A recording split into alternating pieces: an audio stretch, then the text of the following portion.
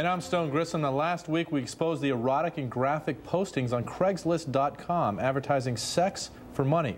We showed you that just how easy it was to not only contact one of the women on the phone, but we took you along as we met several of them face to face.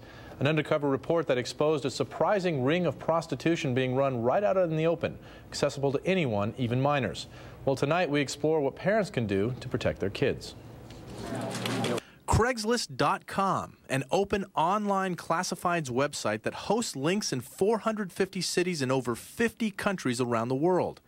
Easy to access and easier to browse, Craigslist claims they sell just about anything. Unfortunately, that includes sex for money. And it's not just limited to adults. It's very, very easy for kids to get into adult sites. Too easy for those visiting the website. It's not only the sites they can see and the things that they would be exposed to, but it's the people that can try to contact them or that they could contact themselves that can be dangerous to them. Consider this. Just recently, a New Orleans attorney was arrested and charged with the attempted rape of a woman he met, that's right, here. And it's a very big industry. Web traffic nowadays that goes to adult site is almost 60% of web traffic, of the total web traffic. The problem is Craigslist.com is not registered as an adult website. It's free to anyone. As you can see here on the home page, there are no warning labels, nothing to tell people that they must be over 18 to access this site. Nothing to tell parents that part of this website deals with potential prostitution.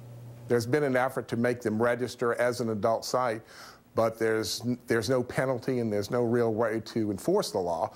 So if they don't register as an adult site, then some of the software that's out there that's intended to block adult sites doesn't work because they don't see the flag, they don't see that it's an adult site. With no penalty for not registering the adult nature of the site, what options do parents really have? Different things you can do depending on the age of the child. There's a website that we recommend to people, a piece of software that you can buy that's called Kidsplorer. Experts say a good choice for kids under 10, but it's limited, and kids quickly outgrow it. Probably the next step up is monitoring software.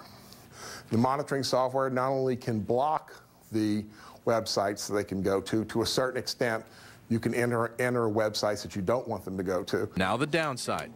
But there's so many of them out there, it's almost impossible to keep up with registering and entering in software that they can't go to.